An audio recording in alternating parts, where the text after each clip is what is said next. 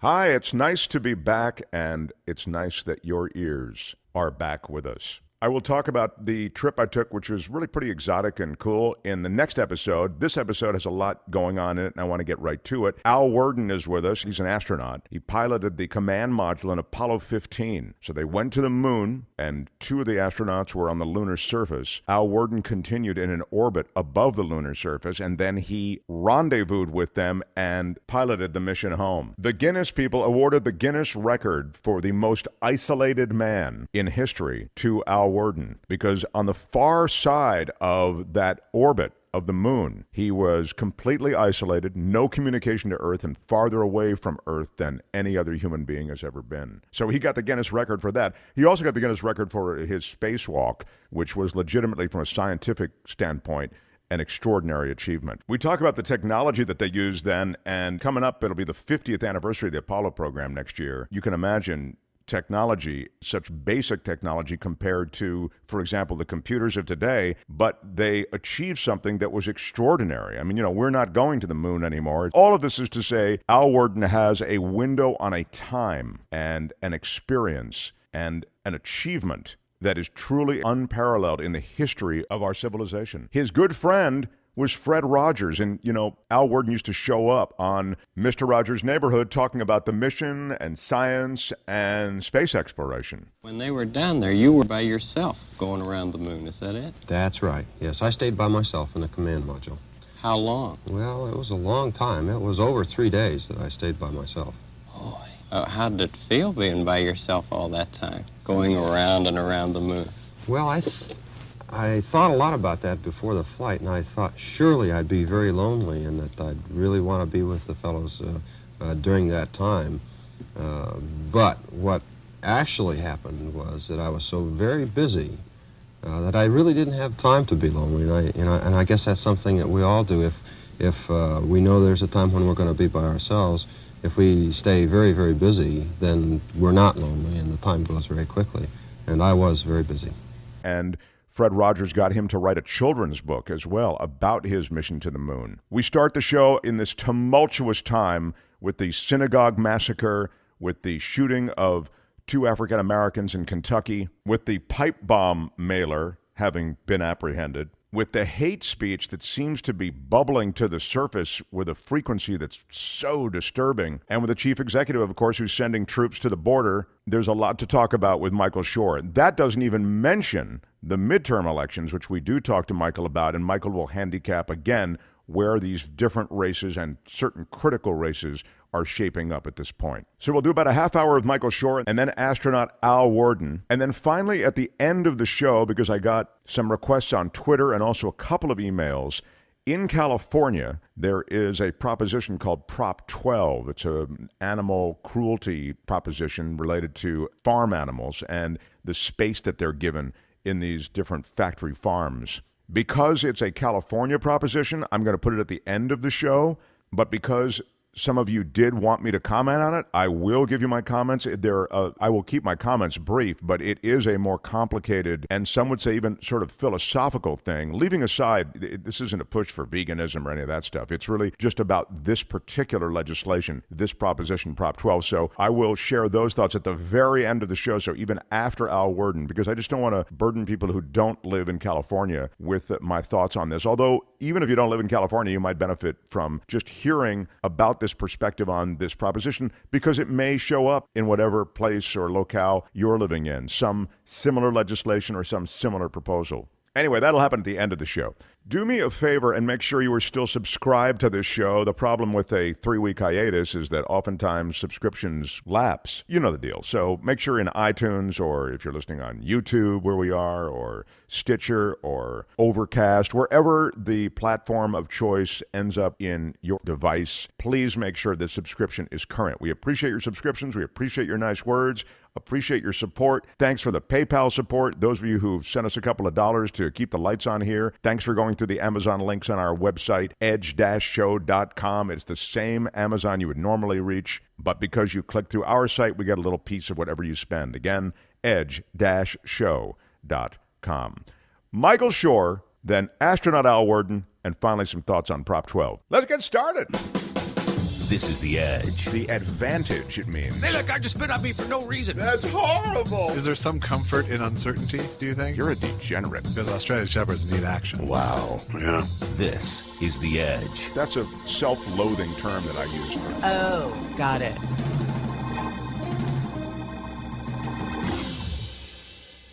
You're listening to The Edge with Mark Thompson, edge-show.com. They call him epic politics man. They call him the king of politics. I just call him Michael Shure, everybody. Oh, thank you so much. Come on. Really what I like being called most. Except for Dad, Mark. Welcome back, Michael Shure. Both of us have been on the road, and it's a pleasure to see you again. No, it's been a lot of travel for the two of us, but what's nice is there's this to come home to. You have been covering different political races, Yeah. typically, at least that's the way I think your itinerary runs. But this apprehension of the pipe bomb suspect in Florida, I think you were down there already to cover a political race. Yeah, it was accidental. I was covering the Senate and gubernatorial races and a couple of congressional races down there, and I got to Orlando where Joe Biden, the former vice president, was speaking on behalf of Andrew Gillum and Bill Nelson and Democrats down there. So I went to that event, spent the night in Orlando, and the next day I was driving down to Davie, Florida, Broward County, where Gillum and DeSantis were set to debate, and I was going to go to the debate and cover that. Then we learned that the return address on all of these explosive or potentially explosive packages that were sent out was the office of Debbie Wasserman Schultz, which is in Sunrise, Florida, which is part of the same congressional district where the debate was being held. So they diverted me to her office to cover it there. And then I covered it the next day once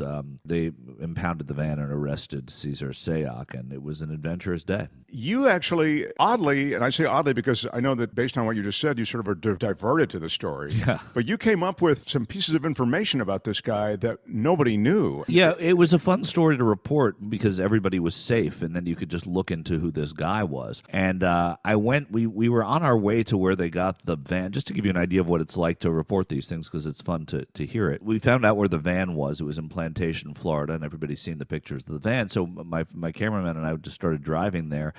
And then I thought, well, let's go to his last known address because he's not going to be at the van. The van's not going to be at the van. We're going to be at an AutoZone in Plantation, Florida. So it didn't really seem like it was worth doing. So we found out through the internet and through a producer in New York that his last listed address was in Aventura, Florida. So we went out there, and we were literally the second camera there when we got there. And then within 2 hours, there were 70 cameras. And I went. It was there are two condominium buildings. And they were just on a small street. And I went up, do you know this guy? See this picture? Do you know him? And he said, are you Michael Shure from I-24? No, he said, wait a second, I know that voice. And I said, The Edge? He said, yes. No, he said, I don't know him. His family lives here. He's on the accepted, authorized visitors. He's never lived here, and I've never seen him. But he said he was on the list? Yeah. Okay. And so, fine. And then I go back and I say, hey, you have that list of authorized. Can I give you my cell phone? You take a picture. And he said, I can't, but give me your card. And I knew that I would be hearing from him again. I just had that feeling. Look at that, with cultivating a source. A few hours later, he calls me, opens up. And he said he was banned from the building by his mother after the election of Donald Trump because he had gone off the rails, and she was a Hillary Clinton supporter. This is the pipe bombs guy. He was banned, as it turns out. From his building. So not only a source within the building told this to me. Right. Now, I got all this information also that he said he was a pizza delivery driver, and whenever he came to deliver pizzas, he had to be escorted through the building so as not to go to his mother's place. Wow. So I called some neighbors whose names I'd gotten there just to try and corroborate this because it was such an about-face from what he had originally told me. And the neighbors were able to corroborate most of it, and so I couldn't get the pizza corroboration from any neighbors. So I asked him, what pizza place did he deliver for? And he said, Domino's Pizza. So I went in as if I lived at that address to order a pizza to see which Domino's it would come from. Found it was the one in Sunny Isles Beach, Florida. I called there. Manager said, yes, he did work here, but it was before I was there. Let's talk. Why don't you talk to one of my drivers who's been here for 10 years? I spoke to that driver. He told me all the things he would say. He threatened Obama. He was crazy. He never seemed violent, but all he would do is talk about politics all the time. And so we were getting a picture of this guy who was so consumed with his politics. And somebody said it was like he found a father figure in Donald Trump that he never had because his mother was married to another man who was his stepfather who lived in that building. So it's interesting. Well, it was just information I never heard, and it would seem Nobody had. Yeah, it was fun. and it was fun. coming from all of these different sources, you say, in the condo complex. So really cool that you were able to make that happen, follow up on the information. Now, the reaction to it was bizarre to me. Now I guess I filter all reaction through the fact that we are living in a new America with extreme political lines drawn, and no one gives an inch on anything. And they won't even, they're not even ready to stipulate to something as awful as a potential murder spree. Right. And to be fair, you cannot blame directly Donald Trump for this man. There are crazy people that act out politically in the name of some movement or some candidate throughout our history, right? John Wilkes Booth shot Abraham Lincoln because he let the South down, right? But he was still a crazed man, right? This is what this guy was. He was an attention-seeking, lost soul. But what the Trump people, you can blame this sort of Trumpism on, is the tacit acceptance. And not what happened before, because we can argue about that. I think actually there is a legitimate argument to be made that he could be blamed for it. But let's say he's not. The aftermath, there was no condemnation over this. There was no rethinking of the rhetoric. There was no singling out the fact that, oh my goodness, he did this to all of our political opponents, and maybe we do need to ratchet it down. He did that for about a half an hour. Then he went onto a rally stage, and he ratcheted it right up again. Even something as I would consider it innocuous, but again, and now in this environment, I don't know what's innocuous and what's not, but it seems to me I'll put this is really a chip shot type easy thing to say. You say, yes, I saw his van. Yes, I saw that he is a supporter of mine. I disavow what he did, and that doesn't represent my supporters. My supporters don't do things like send, you don't need to put it in flowery language. You just need to somehow draw the line. And right. You can say we can be passionate without sending bombs. Right? Yeah. I agree with that guy's policy because he liked me. Right? That's the kind of thing he would say. But we don't need to send bombs. That's not what we do in America. Disavow, criticize. The next day, Tom Steyer, the billionaire Californian who is mounting an impeach Trump and potentially a very well-funded campaign for president next year, he was targeted. One of these packages was addressed to him. The next day, Trump was out criticizing him, and in very direct terms. The FBI did an incredible job getting this guy so quickly. Yeah. And just, again, because we're on the reaction, and then I'll talk a little bit more about how they got him, because it really is an interesting story. Fascinating. The reaction from most GOP pundits, I'm talking about it sort of as the mouthpiece of that, is Fox News and associated satellite mouthpieces. They went for the Democrats might be behind this. It was a really weird and tortured logic.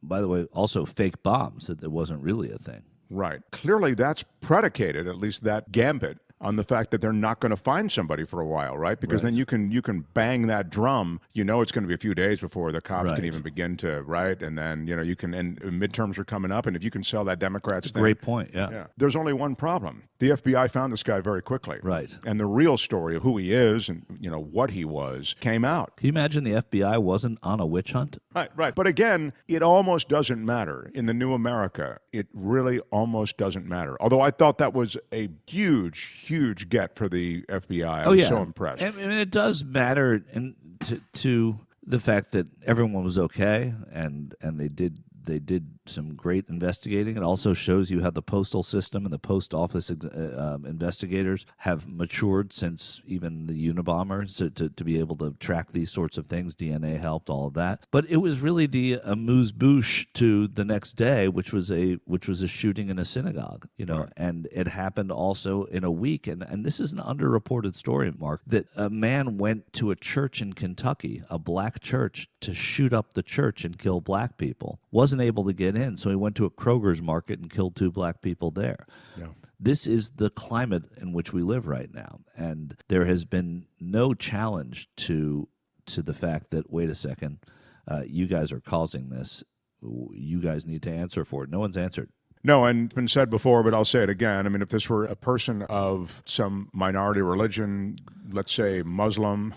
Let's stop there. Not Right. some. It's really only Muslim, right? Yeah, if this were a Muslim, Yeah. you know, it would be all hands on deck. People are dumbfounded by the reluctance, and I know this because I've spoken to people in Israel over the past few days, the reluctance to call what happened in the temple domestic terrorism, to use the word terrorism. The truth is, when a white person commits it here, there is a whole swath of Americans that will not refer to it as terrorism. And they're both going to be prosecuted as hate crimes because that's what they are, but to be able to call it terrorism in America, it seems if it's somebody who is white storming into a place of worship, a place of commerce, a place of relaxation, then it's just a shooting. If it's anybody who is Arab doing anything Muslim in the name of Muslims, then it's terrorism, and that's it. The last thing I'll say on the massacre at the synagogue is it was performed with an AR-15. Yeah. And these assault rifles, and I know, and please don't write me about, well, it's not really an assault rifle because the AR series is actually, if it had an extra bolt this way, I'm talking about military-style weapons. Right. They just don't belong in the hands of No. civilians. America would not be a worse place. We would not be a place without freedoms if the AR-15 was taken away. Yeah, but I said it after Sandy Hook, after they kill all those 7- and 8-year-old kids and their brains are splayed out all over the hallway of that school, they didn't even change a comma in any of our gun legislation, so nothing's going to happen after this. Nothing will happen unless you change who they are, right? And that's what's happening. And in So- an enduring way since Parkland, and I've seen it out there, in a way that is different than any other shooting, this issue is being carried forward by people this year differently. May not make all the difference in the world this year, but they are finally mobilized in a way that is enduring and not just post-tragedy, couple of weeks, maybe a month, and then go away. Does that mean they're able to talk about guns on the stump in a way? Candidates are feeling freer about talking about guns, and still though there's the hedge of we're not going to trying to get rid of the AR-15. I'm in favor of gun rights, but we really do need to have common sense gun laws that get these things off the street. And to be fair,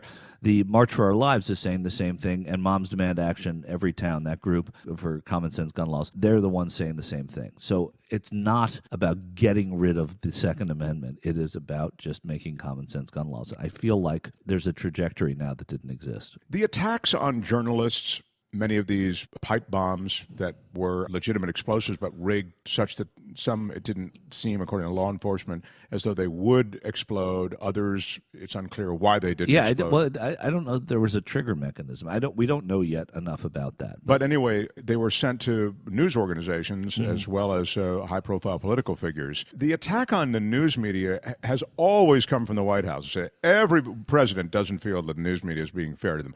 Obama didn't feel it was, and Bush didn't feel it was fair, and so on. You can go all the way back, every single one. But this is on a new level, and I mention it in the context of these pipe bombs because I think it is ginned up by the rhetoric of Donald Trump. Of course it is, especially at the media. When you campaign for 15 months for the presidency, or more, maybe 18 months, 17 months, and at each stop you put the media in a pit, point them out, and then have your people, your supporters out there saying CNN sucks, flipping the bird at people. When I was in those pens, I wasn't scared because I could take care of myself a little bit. But what I did feel and did see was these people really scaring women, scaring people who were at their first rallies, scaring people who were just writing, local writers. It was a totally different atmosphere. It is not surprising in the least to see these threats happening. To me, the irony is Donald Trump wouldn't be president without the media. No, the media right. is in love with the sideshow that is Donald Trump. Right, and look, he has ads now. He has an ad that he is not in, but it's coming from his campaign fund, where he is talking about the country, and he's showing CNN reporting good economic numbers, right? That's CNN. It's fake news.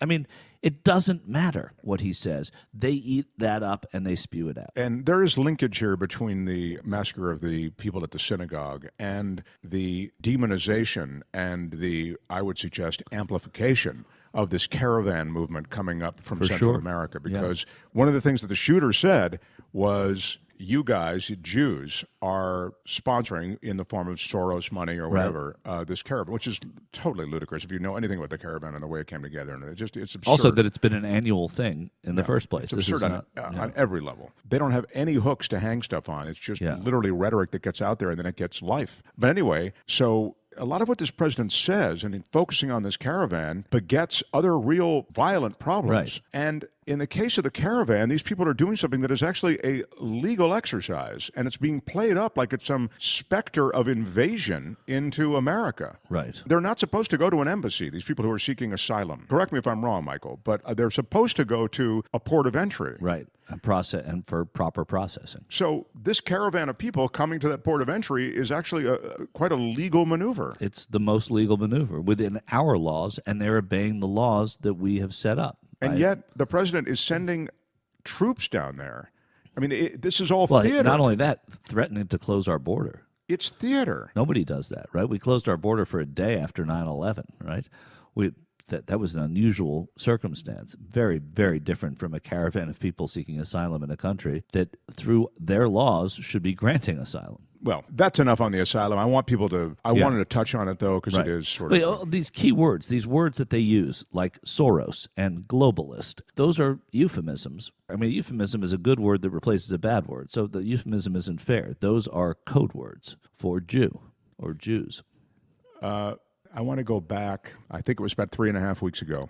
We were in the middle of a conversation, you and me, about Brett Kavanaugh. You felt that in the end, there'd be so much noise around Kavanaugh that he likely wouldn't get through. Yeah, I didn't think he was going to get through. Yeah. I didn't think that some of the senators that supported him would. I'm not talking about Joe Manchin, because if Susan Collins had voted no on Kavanaugh, Joe Manchin would have too. It was a political decision. He put his in afterwards. But, I mean, listen, I make tons of predictions, and so I'm going to be wrong on big ones once in a while, and I am. But I was surprised because I was there, right? And I was watching what was going on with senators. I was talking to their aides. And there was a point where it just seemed, a staffer on the Judiciary Committee said to me, it seems like we're just waiting for the president to withdraw this nomination. And there was a point where it seemed like that was going to happen. And that was when I was at my most confident that he wouldn't be confirmed. But I was wrong.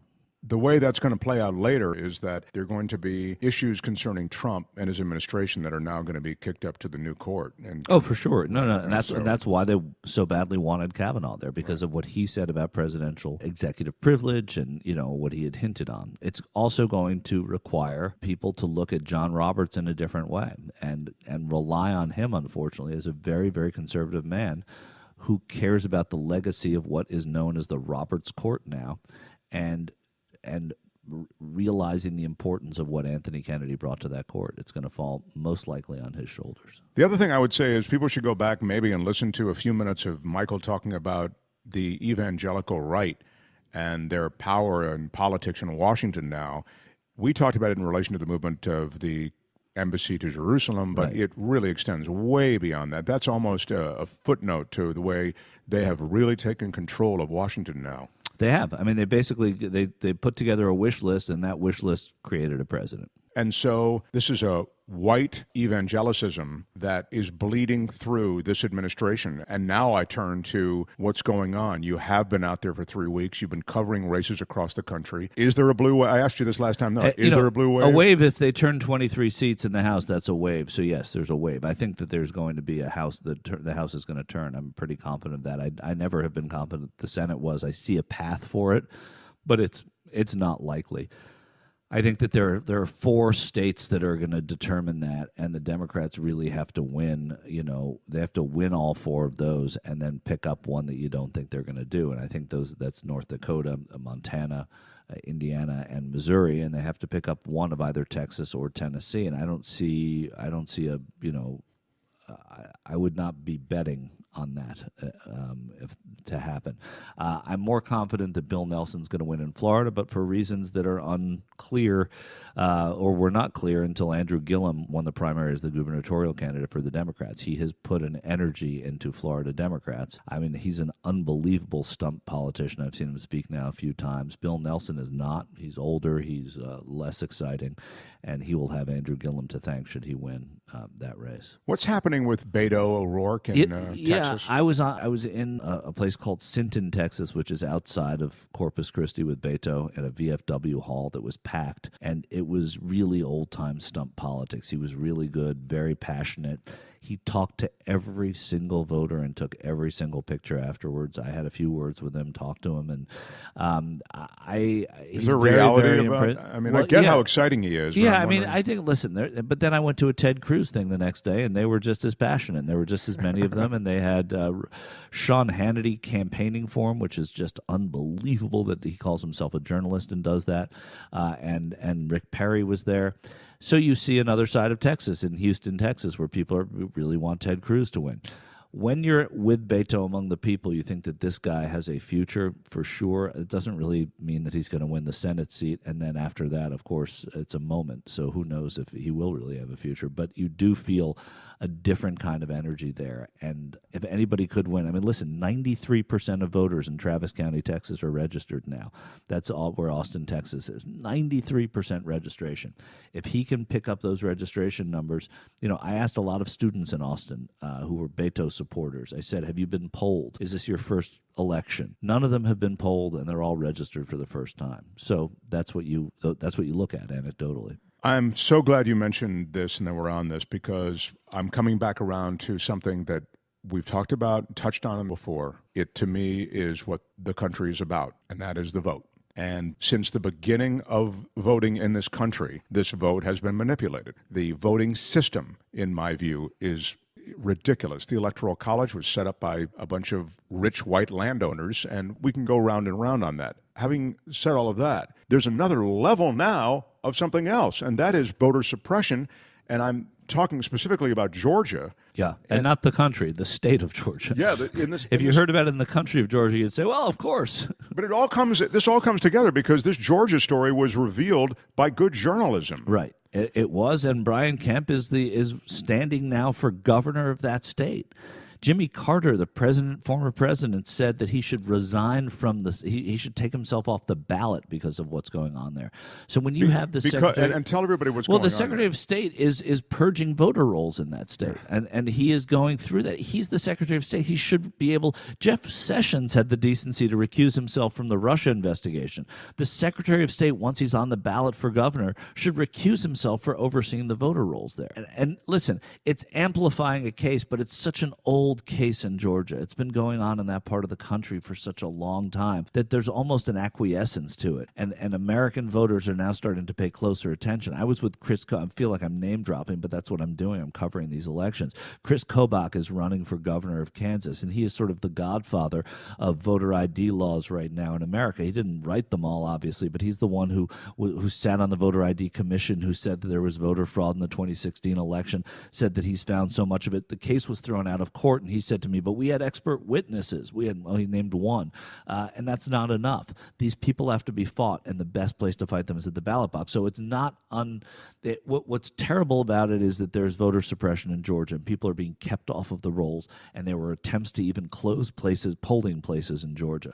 What's good about it is the person who is the face of that in that state is on the ballot, so don't vote for him if it upsets you. Catch-22. If you're able to vote. Yeah, it's a catch-22. That's the thing. You can't vote him out because he's the one controlling the vote. The other thing that is happening in Georgia is that a bunch of Democratic absentee ballots were just thrown out. Thrown away. Yeah, that's a good point. And they're largely black. They come from a black county. Yeah, DeKalb County, I think is the county. Yeah. And I haven't been down there to that race this time, and I really wish that I had, but I'm the only person covering it for the network that I report for, and you can't get everywhere. But it's could be the big story in this election, rather than flipping the House and flipping the Senate, is what's happening to our voter rights laws. I think it is. I really do. And, when they lose 4,700 absentee ballot applications and it just happens to all be concentrated in a Democratic county, I mean, come on. Right. And as Michael just mentioned, they are closing a lot of these polling places. So your ability to vote is being truncated. Yeah. And this is going on throughout the country. I mean, by reducing the number of places, people still get to whatever place might be a polling place. But now, as you might imagine, the line is long, it's hot, I got to get back to work. There are a lot of things, and I really feel this cuts to the people's voice in our government. The idea of having the vote on a Tuesday is absurd to me. It's ridiculous. It used to be because it was market day, right? That the people would go into town with with their goods to sell them in the 1800s or whenever it was, in 1700s maybe, but more likely the 19th century. That's why you vote on Tuesday. We're not a market day country anymore. We're not a bunch of things that we used to be, Right. and some of the things that we are now are really great, Right. and we ought to dump a lot of the stuff that calls back to a different time. Anyway, that's my rundown on voter suppression. I think it's the front and center issue, but it gets caught in front of a bunch of other front and center issues, like people getting shot everywhere and everything Right. else is going on in the country. But So- in electoral politics, it is the most important issue. Voter suppression in Georgia, it is a hideous American tradition, and people are working to stop it because it's getting more attention now. Very well put. In electoral politics, it is a front and center issue. Now, we'll let you go. I know you're going to be on the road. You'll call in. Just give us some places to watch, some races to watch. Well, I mean, listen, the Senate races, I listed some of them already. You're going to look at Florida that night. If Bill Nelson's losing in Florida, that's a bad sign for Democrats who want to take the Senate. If Ted Cruz is losing, that's a great sign. But there are 4 races that are really having to be looked at more carefully. That's Montana, John Tester, Indiana, Joe Donnelly, Heidi Heitkamp in North Dakota, and then Claire McCaskill, who has been moved to likely Republican in her race in Missouri. So it's looking more and more like she may not be able to hold. Also look at New Jersey. Bob Menendez is not dancing his way to victory there, and the Republicans and Democrats are spending more money there. On the House side, look at Carlos Curbelo, Florida 26. Will Hurd, Texas 23, and a whole swath. Stay up late and watch a swath of California races. That'll determine who will win the House. Is Dana Rohrabacher in any real trouble? He is in trouble. I mean, he's running against Harley Rauda. They're within the margin of error. He's probably up 2 points. It's a Republican district, but it's certainly, that's the kind of race Democrats need to win in order to say that they're really changing a tide. And what about homeboy up in Fresno? Devin Nunes. I Devin was up Nunes. and I spent a lot of time in that race up there. I did a story on it. You can look at it at i24news.tv. But listen, he's got a lot of support. I'll say this very briefly. When you're in Louisiana or Maine and you look at Devin Nunes, he's the House Intelligence Campaign chair. If you're a Republican, you love him for protecting Trump. If you're a Democrat, you're outraged that he's protecting Trump. When you go to his district, all they want to talk about is water and the aquifer and local issues. And that's what makes Congress. Safe travels on the road. We love having you visit with us. And ladies and gentlemen, he is Michael Shure. Hey, thank you very much. Great to be back. Great to be back.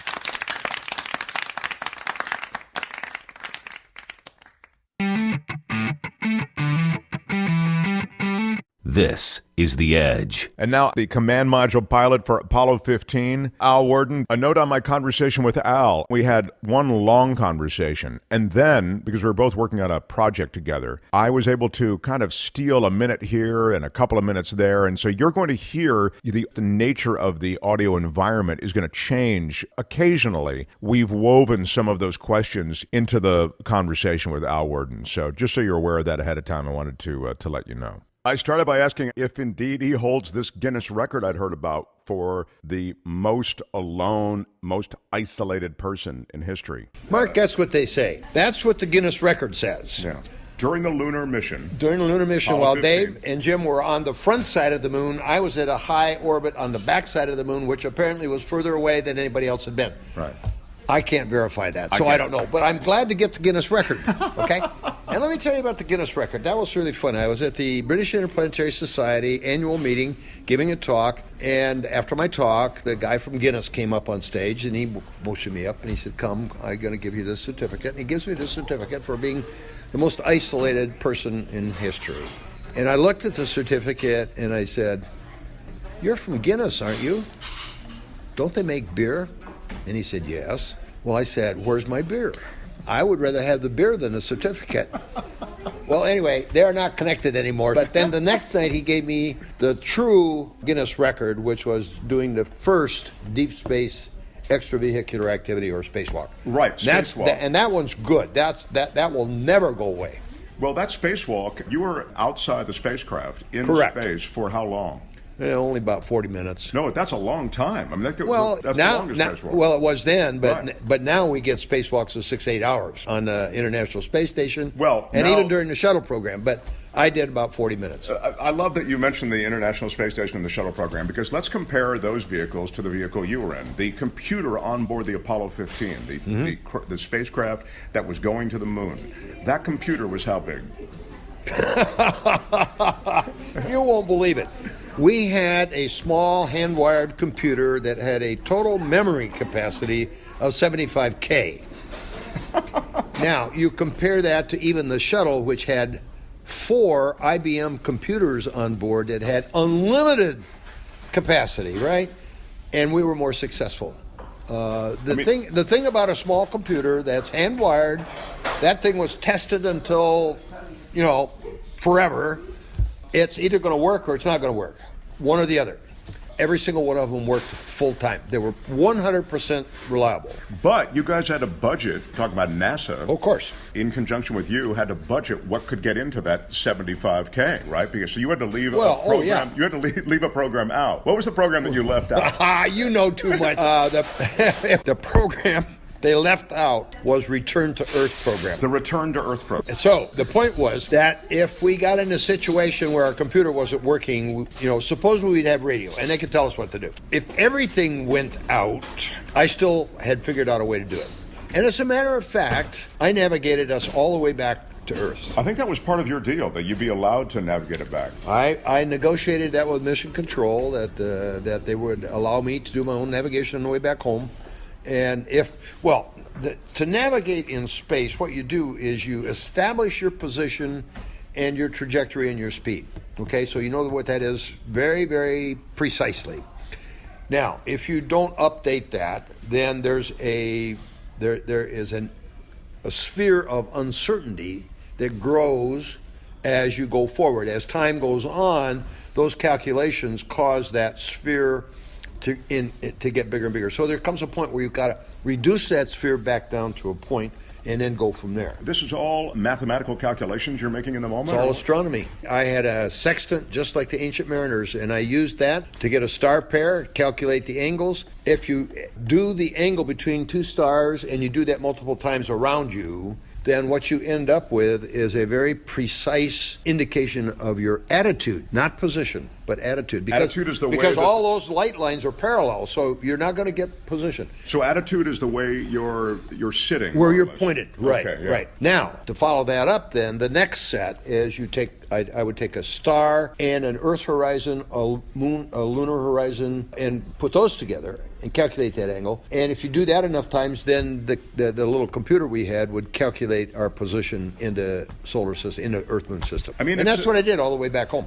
While you were alone in the command module, did it ever cross your mind, or were you concerned that you wouldn't successfully be able to connect with those guys coming back from the moon? And was it ever discussed, hey, Al, if something happens to us, go ahead without us? When I was by myself in the command module for 3 days, I had many things to do, and one of them was to consider what would happen if I couldn't pick up the crew. We had trained quite a bit for the condition where their ascent off the lunar surface would put them in some kind of a crazy orbit that would not end up in a rendezvous and docking with me. In that event, knowing they'd be out of fuel by then, so they were stuck in an orbit, but I still had fuel. I trained extensively on the orbits that I would have to get them regardless of where they were. And I would keep doing that until I ran out of fuel. There would always be an effort to get them. I would not make a decision that I would come back home until we had run out of fuel, okay? The other condition is, suppose they don't get off the lunar surface. Then it's pretty clear cut. I'm going to come home by myself. We didn't spend a lot of time philosophizing about what to do, but I had a complete book of different types of orbits that I could go into based on them being in some kind of elliptical orbit that I had to match to catch them. If that weren't the case, then I'd come home by myself. Just to review, the space in there, the capsule itself is very small. Right. With 3 people there. Oh, yeah, it's tiny. The internal volume of an Apollo spacecraft is almost exactly the same as the internal volume of a VW Beetle. That gives you some idea of what the space is. And your mission lasted how many days? 13. It gets pretty close. But there's a way of handling that. We weren't the best of friends, and so we each kept our own distance. And I think that really helped us. As a matter of fact, Dave Scott and I were never friends. Jim Irwin, as the lunar module pilot, kind of went along with what Dave wanted to do because they were going to land together. I was the guy to get them out there and get them back, so I'm the one who had to negotiate with Dave on how we were going to do things during the flight. And we didn't agree on a lot of things, so there was that little issue, a little tension, a little aggression between the two of us. And the fact that we were not great buddies and the fact that there was a little tension between Dave and I think helped us go through the flight, and it certainly resulted in us doing every single thing we had to do, because I was not about to let Dave Scott say anything about me not doing what I was supposed to do. And I think he felt the same way. Yeah. So I think it was kind of good that we weren't the best buddies. The basic stuff of life in a space that small, like eating. What tell us who'll never go to space what it is like to eat. You see these pictures of like drops of water or whatever floating, or pieces of food floating, and then there are all those playful moments. But what is the real day-to-day on it? We really only I can remember only one instance where we had anything floating that wasn't contained. The food was mostly freeze-dried food. You have to put water in it, hot or cold, a certain amount, knead it, and let it reconstitute. Then you could cut off the top and you could eat the food. It's kind of interesting that, and so many things that we don't really think about that we live with. For instance, I'll give you a question. Why is a spoon made the way it is? Right, you mean it's a concave thing, and gravity is holding that thing in. Correct, but you don't have that in space. So okay? So do you have a spoon? But we had a spoon. We had spoons, okay? But it's not gravity that holds the liquid in the spoon. It's adhesion of the liquid to the spoon and surface tension on the outside of it. And so when you dip your spoon into, let's say, a bowl of soup, you get a ball of soup on the end of the spoon, but it's going to stay there until you eat it. It's not going to go away. Because of that adhesion you're talking about. Mm-hmm. But it's not gravity. That's the thing. That's the difference. Now, a typical meal would be maybe 5 bags of food for each of us. There'd be a drink and a salad and maybe a soup or something, and then an entree and then some dessert or something. Right. It was kind of funny because I'm a coffee drinker. I like my coffee. So I had coffee made for the flight. I had freeze-dried coffee. That may be where freeze-dried coffee came from, for all I know, because this is a long time ago. So I had coffee black, I had coffee with cream, and I had coffee with cream and sugar, so that depending on my mood, I could have whatever I wanted, right? In the morning, it would be black to get me up and going. At night, it would be cream and sugar as a kind of an after-dinner treat. Dave and Jim considered themselves Boy Scouts. They were clean-cut. They were all-American. They did not drink coffee. They would never put coffee in their mouth. It was a bad thing for them. So I asked them one day, what are you guys going to take, what are you going to drink on the flight? They said, well, we're going to drink hot chocolate. I said, really? You're going to drink hot chocolate 3 times a day for 13 days? I don't think so. I think that'd be really tough. I mean, after 1 cup of hot chocolate, the stickiness and the sweetness would get to me. No, we're going to have hot chocolate. So I said, okay. So we go off. We're in flight. 3 days later, I'm checking my coffee supply, and I realize that it's a lot lower than it's supposed to be. So guess what? We had a little meeting about that. So these are the kind of things that happen. So you leave Cape Canaveral with 1 coffee drinker and you come back with 3 coffee drinkers? Is that No, he came back with 1 coffee drinker because I cut him off. Everything in the Apollo mission and the lunar missions, it was all collectible. Everything was. Pieces of the moon, pieces of the suit you're wearing. Everything had a value. One thing that's always bothered me, I learned later that NASA wants everything that you guys take into space, like your watch, and everything that you consider as part of your person. Your uniform, your watch, all that stuff, because it goes to museums or they hang on to it or whatever the hell happens to it. I don't know. And that's always bothered me, because I felt like these guys who risk their lives to go on this mission, they should be able to at least keep their watch or whatever. Take me through that, how that's changed through the years, and if it's changed through the years. There were certain things like personal equipment that we were allowed to keep, like my coverall that I wore in the flight. I could keep that. My flight suit and my flight jacket I could keep, and they're all in museums now. The stuff that really pertained to exploration and lunar landings was retained by NASA. They kept all the rocks. They kept all this and that and the photographs and all that kind of stuff. They wouldn't let. They didn't give you like a commemorative rock even after you take Well, this? we were promised a commemorative rock, which it took 30 years for me to get.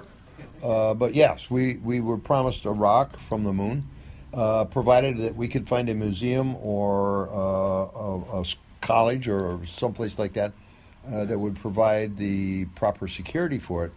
So they're not giving you the rock; they're giving the museum a rock, and they're just going through you. If you were to ask NASA, they say, no, I gave you a rock. But that rock came with a codicil which said, you can't keep it. You got to give it to a museum or a college. And I'm sure every college in the country probably has a piece of lunar rock now. All the museums do. I got one that was about as big as the end of my little finger, and it's on display down at Kennedy Space Center. And they're all over. Everybody got one. Look, maybe it's just me, but I think it's a shame. Again, I think guys who sacrifice so much, and frankly, there's a tremendous potential that something bad happens, and, let's face it, I mean, there's a life risk associated with the mission that you completed. That they're not more generous in that which comes back from that mission bothers me. The U.S. government is not a generous organization. Let me say that. Once you've made a flight, and once your usefulness is finished, you're back out on the street just like anybody else. I often think about how we treat astronauts after they've made their flights compared to how the Russians treat their cosmonauts. Every time they make a flight, or if they have a successful flight, they get a very nice dacha or a nice villa or a nice apartment. They get a car. They get Alexei Leonov lives in a very, very large mansion, and Valentina Tereshkova lives right next door to him in another large mansion, all given to them by the Russian government because of what they have done. We get nothing. They say, well, thank you very much and have a nice retirement. How was the Apollo 15 mission different from the missions that came before it? Well, the Apollo 15 mission, the basic stuff was the same, but it's the extra stuff we carried which made a difference. Because of the extra things we carried, such as the lunar rover and the scientific instrument module in the service module and behind the command module, we ended up being the heaviest launch in the program. We were very close to 7 million pounds on launch, and we had thrust levels of 7.5 million pounds to get us off the ground. But we were very heavy. It took us a long, long time to get into orbit because of the heaviness. But the lunar rover and the sim bay were the things that made us different from what had gone before. Also, Dave and Jim had extended stay on the lunar surface, which they had never done before. They were there for 3 days. They got, 18 hours of extravehicular activity while they were there. And I did more extensive science than anybody had ever done before. And in fact, I did some science that was unique to my flight in that I carried a camera that I could take pictures of very, very low light objects. Interestingly, and I don't want to take up a lot of time, but there are 5 equilibrium points between the Earth and the Moon. They're called libration points. 1, 2, and 3 are along the center line of the Earth-Moon, and 4 and 5 are offset. 4 and 5 are positively stable equilibrium points, and 1, 2, and 3 are not. If libration point number 5 was real, nobody ever got a picture of it. If it was real, then there should be a cloud of dust there, because anything that seemed to wander into that area would get trapped and it would be there forever. So it would have to have a dust cloud there. With my low light little Nikon camera, which was a wonderful camera, I actually got a picture of it, which blew everybody's mind. The other thing was there is a line of asteroids beyond Pluto, and it can be seen only from the top of a mountain in Chile at certain times, and you can only see the light reflecting off of it, which is very faint. It's called the Gegenschein, German name, of course. And I actually got a picture of that, too, from that region where I was in darkness as part of the orbit around the moon. These are the things that, very frankly, fascinated me. And I used that camera as much as I could to get all those little kinds of pictures. In addition to taking pictures with the Hasselblad, basically of the surface of the moon, and, of course, my mapping camera and my high-resolution camera also. Where are all those cameras today? The cameras that we carried on board are all, I believe, at the Cosmosphere in Hutchinson, Kansas. They were sent out there to be refurbished or rebuilt, restored, and I think they have them. They may not be on display, but I think they have them out there. And your low light camera, that was your personal I camera? have no idea. It's probably back at Nikon headquarters somewhere. Oh, that wasn't your personal camera? No. That was one that Nikon had built specially for me. It had a special lens. Eastman Kodak gave me special film, which we all, back in the day, when we had to buy film, we always had this ASA number that we had to buy to, right? Like 400 or 300 or something. Well, I had film ASA 5000, which was, I could take a picture of a darkened parking lot and it would look like daylight. It was that sensitive. And I used that to take these low light level pictures. I want to get back to the moon in a second, but your upbringing is fascinating because you were a kid from, I believe you were from rural Michigan. Oh yeah. I mean, really rural. I was, when I was born, we were on a farm, very small farms, only 10 acres, very few animals or anything like that. I do remember that we had a goat. And my father would go out and milk that goat a couple of times a day because back in those days, babies that were on the bottle and not on the breastfeeding was considered the goat's milk was the best thing for them. So we did the goat's milk thing. Then we moved back in town for a while, and I went to school in the city. But then we moved back to the country when I was in about the I'm going to say the third or fourth grade, and I went to this little one-room country school. I mean, it really was. It's that one-room country school life. It was your grandfather's place? I think he literally No. That was where my folks were. My grandfather had a farm upper state Michigan. Oh, further away. He was 200 miles away. Okay. I spent my summers with him, and that's where I really developed what I think was some characteristics that really helped me in later life. What my grandfather instilled in me was a sense of responsibility for those that are dependent on me. And on a farm, of course, it's a bunch of animals. But that translates very easily to people, too. Right. And the other was a sense of discipline, that you took care of everything before you had a problem. In other words, you thought out all the things that could happen, and you took care of them before they could happen. He was a homesteader, right? He was a Canadian. He never was a citizen.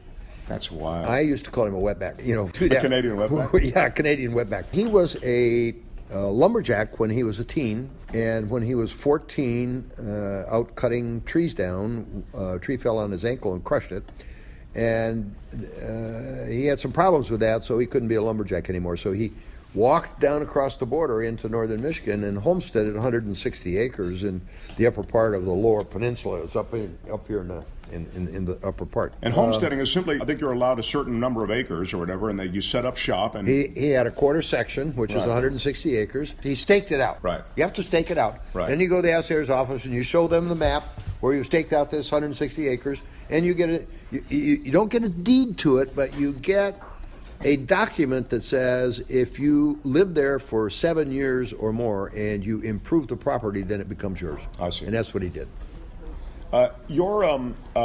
So from these rural, I mean, a world away from technology and all the rest, these beginnings, you end up with this interest clearly in science. I mean, you had an interest in. When did this all kick in? That you're you had to be an aviator. You had to be a scientist. I mean, there's a lot going on. Well, there's a lot going on before that, Mark. I developed this philosophical bent, if you will, that I love the farm, but I would never, ever spend the rest of my life on a farm. It was just not the thing I wanted to do.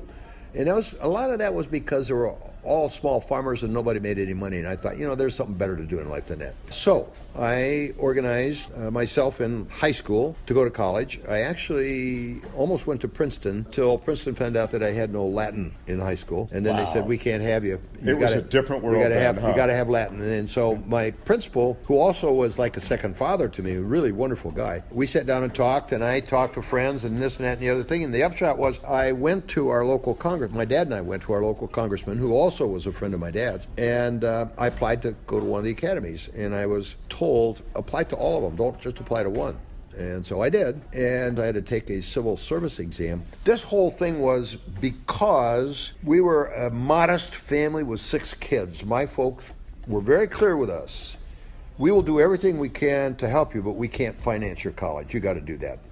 And I realized that my best bet was to get into an academy where Uncle Sam paid for everything. Sure. So I applied for all the academies. I took the civil service exam, and out of that, I actually got an appointment to West Point, and I got an appointment to Annapolis. So I had my pick.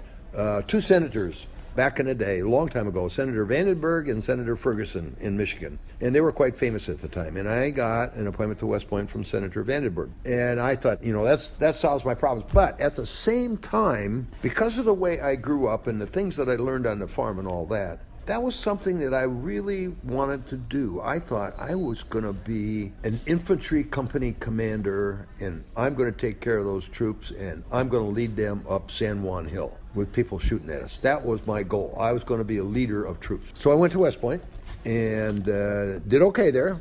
I was like up in the top 10% of my class, and I was number 6 man in the Corps in terms of a military standing. And as I was in my senior year, I became very friendly with a couple of tactical officers who both happened to be Air Force. Our superintendent at the time was a general by the name of Blackshear Bryan, who'd had the 6th Corps, I think it was, in Korea, and he was a blood and guts Army Patton type guy. He did not like the Air Force, and he made sure that these tactical officers who were in the Air Force had offices that were nowhere, right? They were not visible.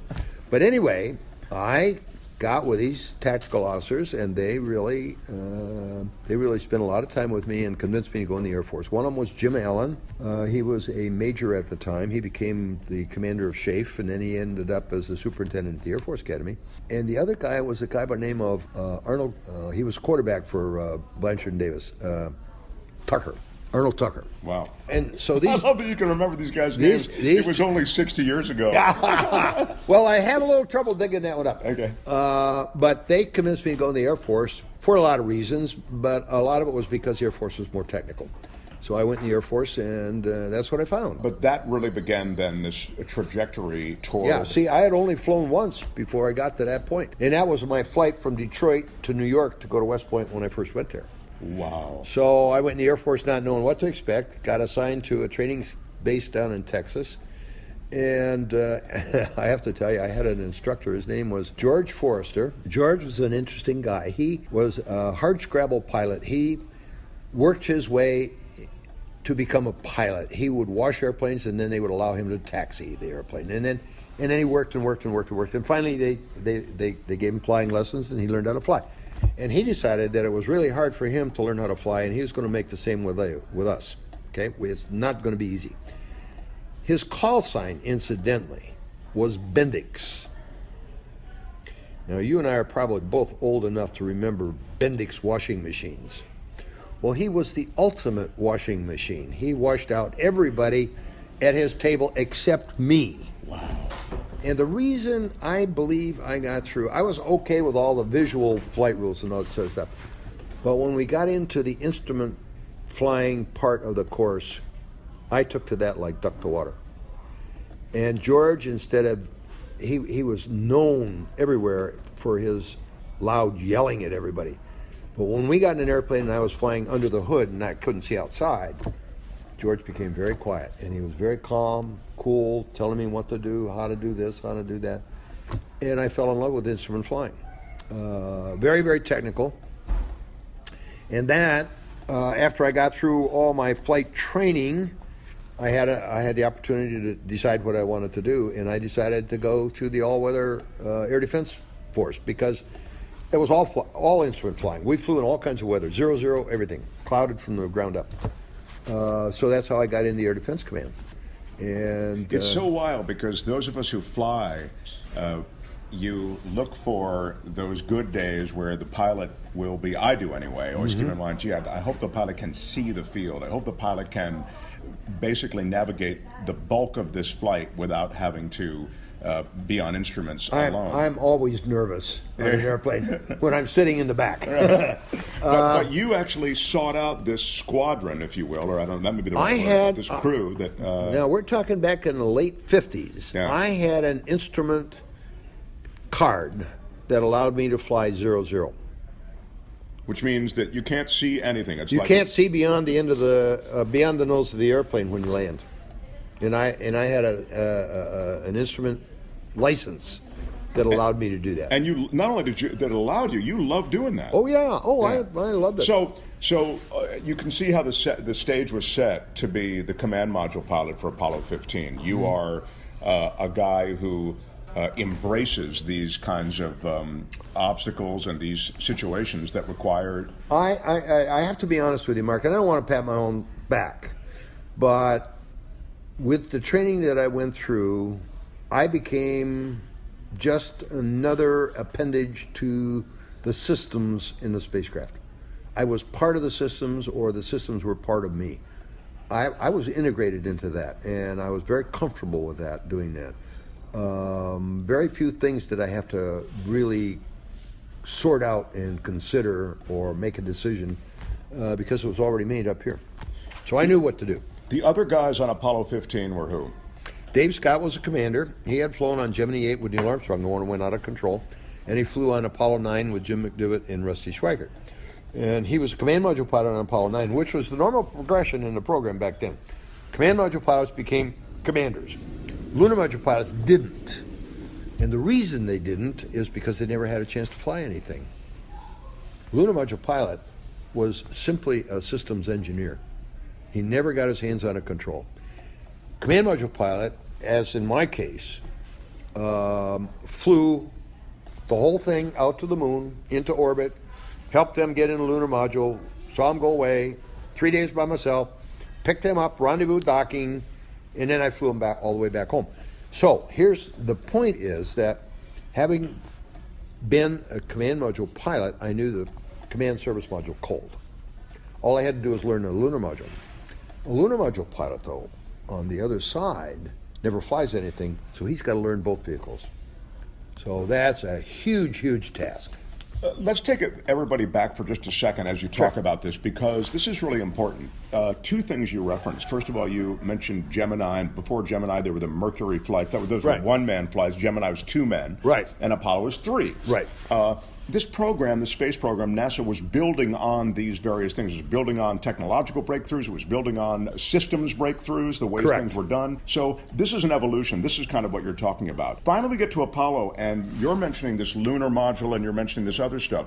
And the lunar mission that you flew involved a couple of different spacecraft coming. They all start as one, but then one breaks off and goes to explain that part. We did not start off as one. Okay. We started off as two. The command and service module is the very tip of the Saturn V launch vehicle, right? Okay. There's a shroud behind that fares out to the size from the service module diameter to the diameter of the Saturn V, okay? Inside that shroud is the lunar module, and it's very tightly tied down because the lunar module was designed to operate in a vacuum in 1/6 gravity, not in Earth's atmosphere. It was never designed to do that. So we had to protect it during the launch. So it was tied down very tightly.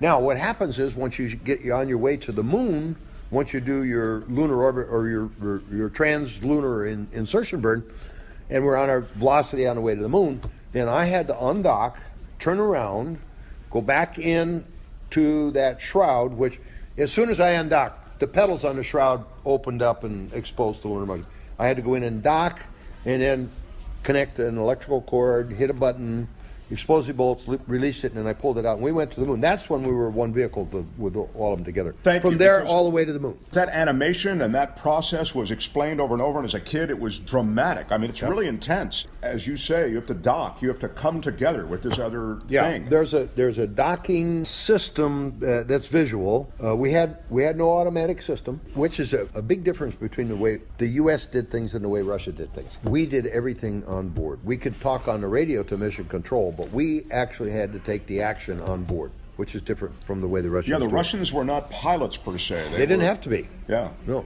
It was all the shots are being called by their mission. Valentina Tereshkova was a parachutist. She wasn't a pilot. But anyway, we had to do everything on board. So I had to close on the lunar module sitting inside that shroud and keep the docking target I had an optical system to do that. Keep that in the right place, and it was close on it until I hit, and then it would lock up, and then we could. There was, it was called a probe and drogue. There was a funnel with the top cut out. There's a hole in it, and the probe had a head that fit in that hole and had little spring-like locks that opened up. Once that happened, then hydraulically, or electrically, I guess it was, then I could pull the two vehicles together until the docking rings matched, and then over-center bolts or latches secured us together. And now that's how we did together that. you continue the journey to the moon. Now we go to the moon. We have to be careful on the way to the moon because solar heating is our biggest enemy. And how does that manifest itself, solar heating? Like where do you notice it? The side of the spacecraft that sees the sun would eventually get up to about 350 degrees because the sun beating on it. The shadowed sun on the other side would drop to about minus 250. Wow, that's just... So you got about 600 degrees because spacecraft you got to worry about. rotate the spacecraft? So we rotated. What we did is we turned, and for your audience, I'll explain this. We had to turn perpendicular to the plane of the ecliptic, which I'm sure you're familiar with. The plane of the ecliptic, for those who are really not up on it, is the plane that contains the sun and all the planets. So we went perpendicular to that so that the sun was off 90 degrees to our one side. And then we slowly rotated so that the sun, our spacecraft would slowly rotate with the sun shining on it, and we'd evenly heat the outside of the spacecraft as we went. We did that all the way to the moon. That was something, this fact, and I'm sure there were, 100 or hundreds of other facts like that about space travel. Like, oh my God, I just, realized if we stay like this, it's going to burn us up. Oh yeah. These are all things that the Earth-bound NASA scientists were all working on and were aware of ahead of time. Oh yeah. Oh sure. They're pretty. They're pretty sharp up on lot. it. Yeah. Well, I always found it amazing that we went to the moon on Apollo 8, and all the problems or all of the environment and the situation they had was the same thing that we had. And they had already pretty well figured those things out. Sure, and that's what those missions are for, although you want you want nothing to crop up. You go, this is going to threaten our... But understand that every single mission was another step forward. Different things, more complicated, bigger job to do. I consider them all flight tests.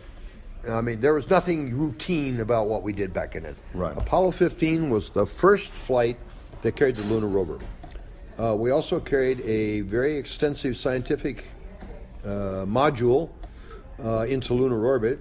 I had 2 large cameras, and I had a number of remote sensing devices like mass spectrometers and alpha particle and X-rays and all that kind of stuff that I could use to scan the lunar surface.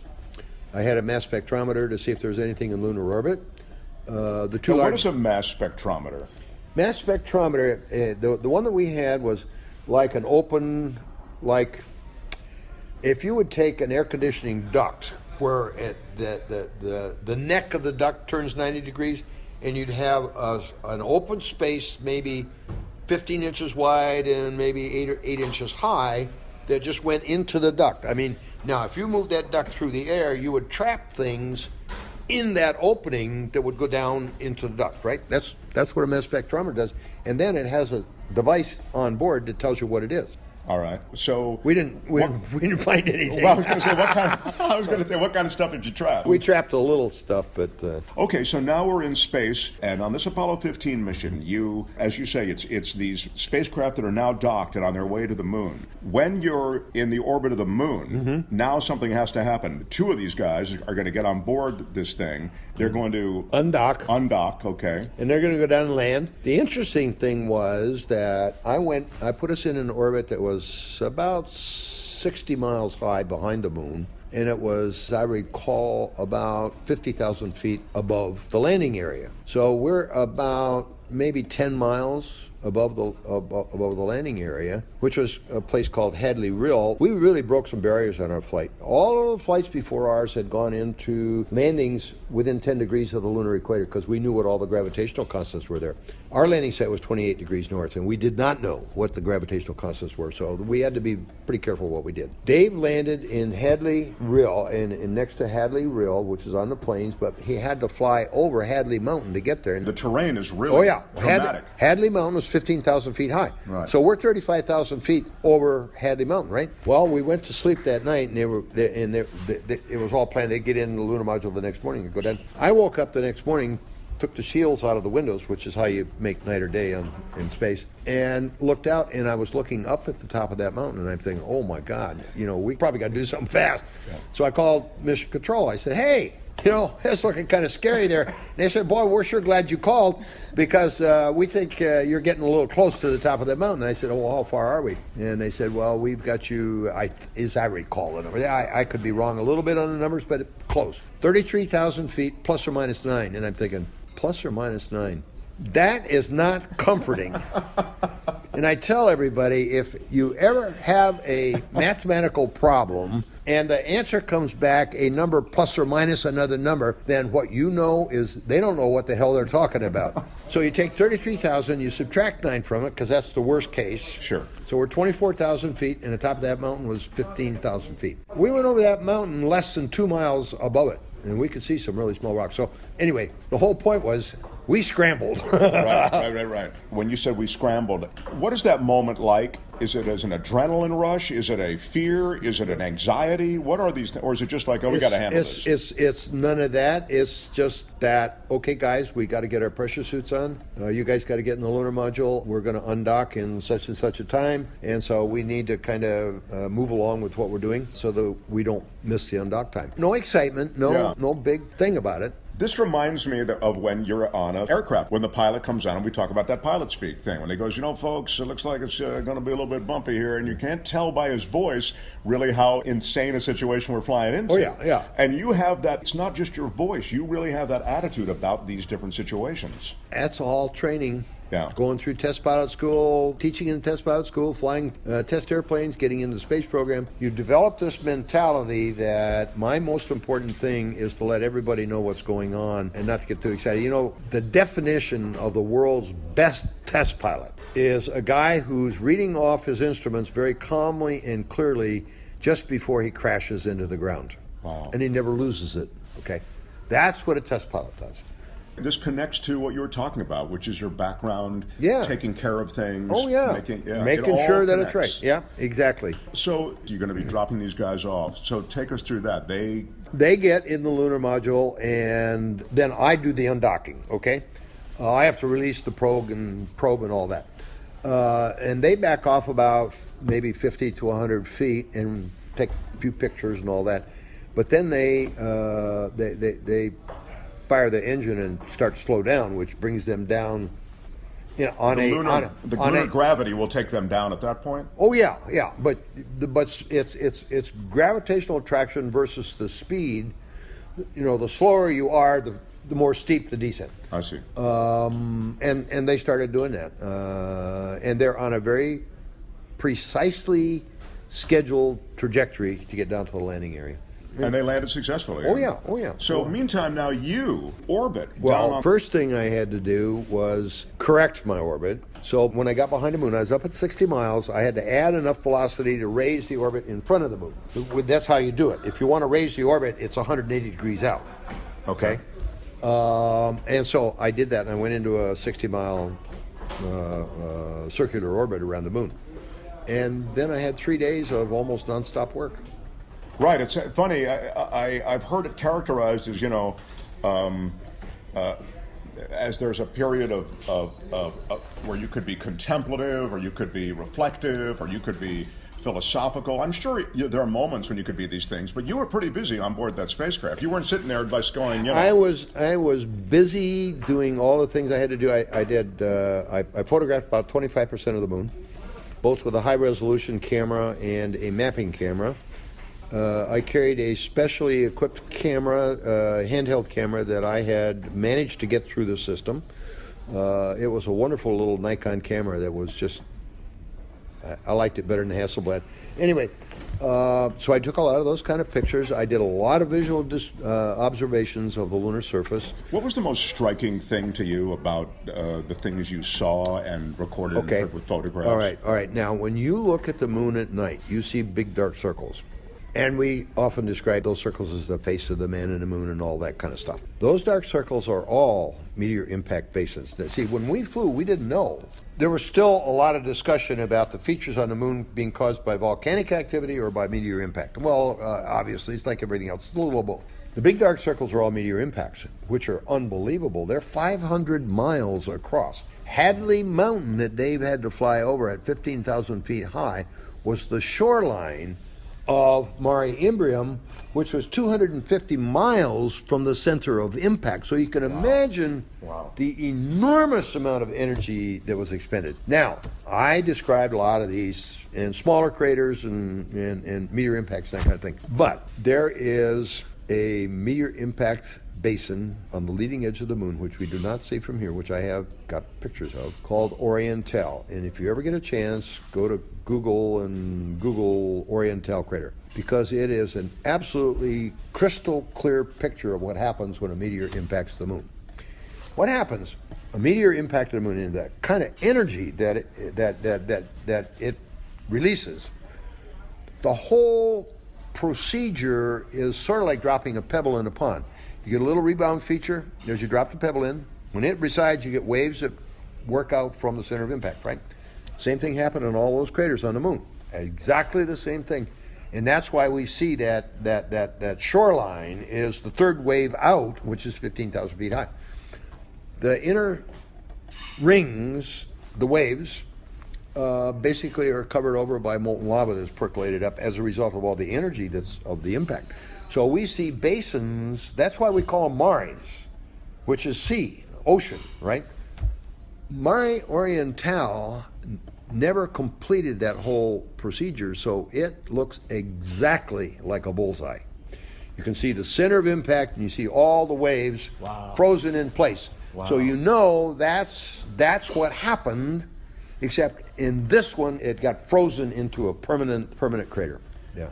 When you talk about the face of the moon, the back of the moon, let's just get the audience clear on what you mean, because it's very interesting. We only see one side of the moon from Earth. And that's all we will ever see. And the reason is that all of the meteors that struck the moon, the big ones, all hit one side of the moon. That offset the center of gravity of the moon. Now, the moon might have been going around the Earth in one constant attitude. We're not sure. But when the meteor storm came through, it all hit one side. The mass of those meteors that struck the moon on one side caused the center of gravity of the moon to move away from the center of the moon by some 22 kilometers. And so as a result, the moon doesn't rotate per se. Is that what you're... No, it rotates, but because of that offset gravity, the gravity of the Earth forces the moon to keep that one face to the Earth all the time. It's like a fishing bobber that you see in the water. It's always going to point down, and it doesn't make any difference what you do. That fishing bobber is always going to point to the center of gravity of the Earth. Well, the moon is kind of like that, in that the gravity of the Earth working in conjunction with the gravity of the moon forces the moon to rotate, so that offset gravity is always in line with the center of gravity of the Earth. So 3 days you were completely alone. Right. There were times during that orbiting that you're alone and out of communication. That is not, you're correct. Not reachable. Half the time. Half the time. Well, not quite half the time, but almost. Okay. And that's what I think traditionally has been focused on. It's been described as the man who was the most alone in history, you know. That was the best time of the flight for me. When I was behind the moon and I did not have to listen or talk to mission control, that was absolutely the best type of flight for me. I was a trained single-seat fighter pilot. I was very comfortable being by myself. I had fabulous things to do. My mind was just constantly working on the next thing that I needed to do. I took pictures of objects that have never been seen before. I described things around the moon that had never been described before. I did things that for the very first time, and it was just fascinating. When you float over the lunar surface, well, in fact, what happens is you do all of that, and you're very busy, and your mind's all tied up in what you're doing. But somewhere in the back of your mind, you're putting all this together. I guess you probably know I wrote a book of poetry. Oh, I didn't know that. Oh, yeah. Because you have a great line. I think it's still the best line, and now it makes sense that you wrote a book of poetry. Mm-hmm. This is one of the best lines I've heard about space, and the line is, Now I know why I'm here. Go ahead. Now I know why I'm here. Not for a closer look at the moon, but to look back at our home, the Earth. What's weird, and I don't know whether you believe in parapsychology or anything like that, but I will tell you this. I never thought about it, came back to Earth, did our debriefings. We were debriefed 10 hours a day. I'd go home. I lived by myself, and I was in a little apartment across the street from the center. And my parents were there, and lots of other people were there, and they're partying every night. See, we didn't have quarantine after the flight like the crews before us. We had quarantine before the flight. So I'd go home, there'd be a party going on, and at midnight I'd kick them out. I'd say, you know, I got to get some sleep. And I'd get up at 7 o'clock the next morning, go back and debrief all day. After a few days and being, of course, pretty exhausted from the flight, and then going through debriefings and having these parties go on, I was totally exhausted. I would sit there at night after everybody gone to bed, it'd be midnight or 1 o'clock in the morning, and I'd turn all the lights in the place off. I'd sit on the couch and just let my mind go. And one night, these things started coming in my mind, and I said, you know, I should write this stuff down. So I got a legal pad, and in the dark, I'm writing stuff on my legal pad, and that's where that line came from. It's great. Unbelievable that somehow the connections in your brain open up or something. I don't know. I hate to say it's psychic, but it's almost like there's something guiding you. It sounds as though it was a transformative experience. It was. Ultimately, to get back, you have to rendezvous with these guys. Again, you have to Correct. You have to rendezvous and dock with these guys. I just sit still, and they do the maneuvering until they got about 50 feet away. Command module has to do the docking. By the time the lunar module gets up off the surface, it's a pretty small vehicle. It's only about 2,500 pounds at that point. But the rocket engines that they use for attitude control were sized for the whole thing, which is 37,000 pounds. So if you fire one of those rockets, it's almost impossible to get all of the motion out. Right. So what Dave had to do was kill all the motion that he could, and then I did the docking. And it turned out to be a fairly easy thing. We had no trouble doing that. On the way back, you lost a parachute on re-entry, didn't you? On re-entry, what happened there was we landed on a day that had rather interesting weather phenomena. It was a clear day, but the surface winds were in such a direction. Well, let me back up a little bit. We had rockets, little reaction control rockets in a spacecraft that allowed us to maneuver it on the way back through the Earth. So I could actually maneuver it sideways or whatever. And those reaction control rockets, the fuel was what they call hypergolic. A hypergolic fuel is if I take those two fuels and I put them together, they explode. Okay? You don't have to have ignition. They're spontaneous combustion. Very, very dangerous. You're carrying them on board. Kind of stuff, right? Wow. And the concern was that we did not want to have us hit the ocean or hit something on the ocean that would break a fuel line. Oh, sure. Because then you'd release all this toxic stuff. So we had to get rid of it on the way down. Once I got in the parachutes, I purged all the lines. That day, the weather was just right that instead of blowing out, it blew up through the risers in that one parachute. And that toxic and highly corrosive fuel loved the nylon in that parachute. And so I could see big holes, and then it collapsed. So that's what happened. But we didn't. But we landed on two chutes, and that's what the system was designed for. So I see. So there was redundancy in the third chute. We used. That's right. Chute. That's right. Space travel now, it's changed so much. It seems as though the dream of space exploration, which I had really captivated me as a kid, but your missions captivated my imagination as a child and the imagination of the nation. That gave way to this utilitarian use of space, which is the space shuttle program and the International Space Station and all the rest. What's the state of the state now in your view, and what should it be? Well, I have a totally different view of space and our utilization of space and what we should be doing in space than most people. I don't care. Going to the moon is great. Okay, I think if we were going to use the moon properly, we'd put the largest radio telescope you could imagine on the backside of the moon. No atmosphere, perfect view. Going to Mars is great, but it's just another step. The important thing about going to Mars is developing the technology to get there. My opinion of the space program, and it's not really in a quiet period right now. We're getting the shuttle launch system and the Orion, which is, in my opinion, is a mistake, but we're getting all these things put together to go to Mars. Once we go to Mars, we're going to be looking further out, and we're going to go further and further and further. My attitude about the space program is that we are genetically driven into space. We don't even realize it. We're going to do it. It may take us 1,000 years. It may take us 10,000 years. It may take us 1,000,000 years. I don't care. Eventually, we're going to develop the capability to go to another planet where we can live, because we know that the Earth has a limited lifetime. We know that a day will come when the sun will burn all of its energy and we're going to be out of luck. Also, the thing that drives any living thing here on Earth is called survival of the species. It's a grand imperative.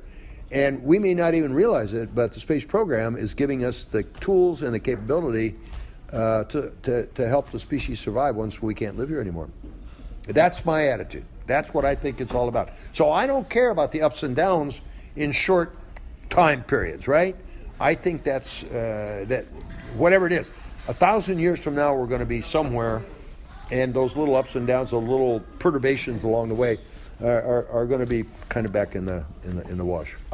Space in film. What are your favorite? How generally has space been depicted? I mean, is there any reality? Mark, it's my opinion that there is something wrong with every space movie that's ever been made. People like to imagine what it's like in space, but when they put it down into a movie, it becomes something different, I think. And there are other things other than space that become important, like the interaction between the people. My favorite space movie is The Martian, which I think, not because I thought that somebody could do what he did, because I don't think that's probably ever going to happen, but because I loved the spirit that he had, that indomitable will to survive and go do what had to be done, and think through all the technical things he had to do to make that happen, like growing the potatoes, like getting the rover going, like getting communications going. There were so many technical things in there that Andy Weir really put his finger on that I thought were wonderful. Now, other movies...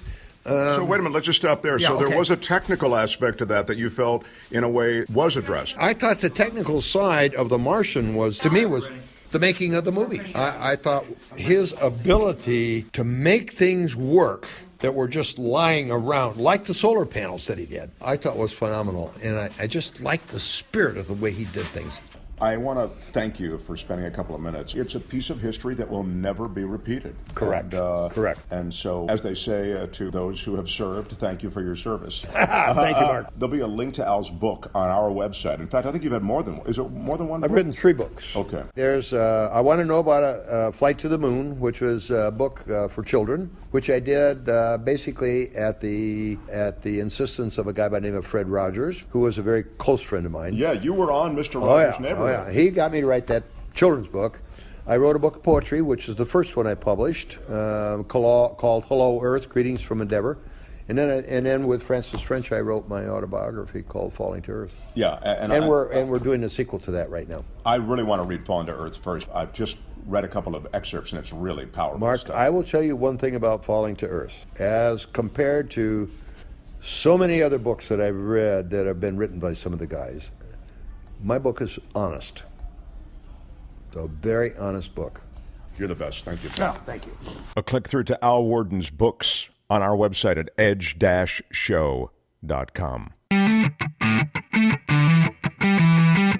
Now a word about California Proposition 12. That's the Farm Animal Confinement Initiative. So you can tell even by the title, it deals with farm animals and their confinement. So it's going to establish space, square footage, specifications by which these farm animals will have to be kept. So, for example, egg-laying hens need at least 1 square foot of usable floor space. These are meager improvements, and their lives as industrial farm animals are still going to be awful, but it may just be a degree of awful less, and to that extent, I support this legislation. Now, there is controversy about this legislation. Not all animal rights groups are in favor of it. For example, PETA is against it, but Mercy for Animals, who I very much believe in, they're for it. The reason you'll hear people talking about how they are voting against it, and even if they're in the animal rights movement, is generally associated with a couple of things. One of them is that the enforcement provisions and the specifications are so easily danced around that it's viewed as legislation that doesn't really have any teeth in it. And Prop 2 was the last go-round with this, and it really didn't have any teeth. It was so broadly worded that industry never really changed on Prop 2. So this new proposition, Proposition 12, which again, I'm voting yes for, does have specific provisions, but the argument is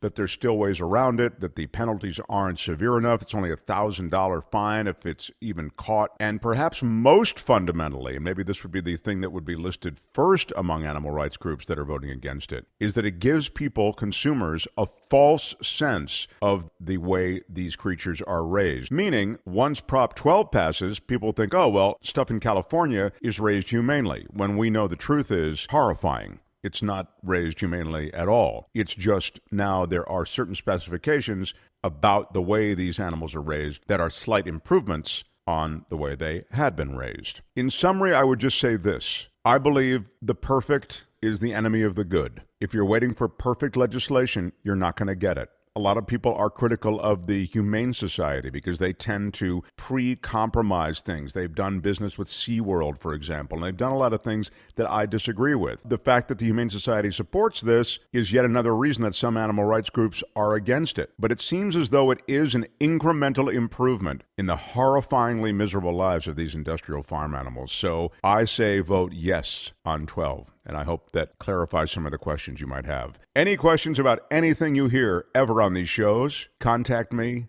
at edgewithmarkthompson@gmail.com. Until next time, bye-bye. If you enjoy listening to The Edge, support them by subscribing to The Edge on iTunes, Stitcher, and you can listen through the iHeartRadio app.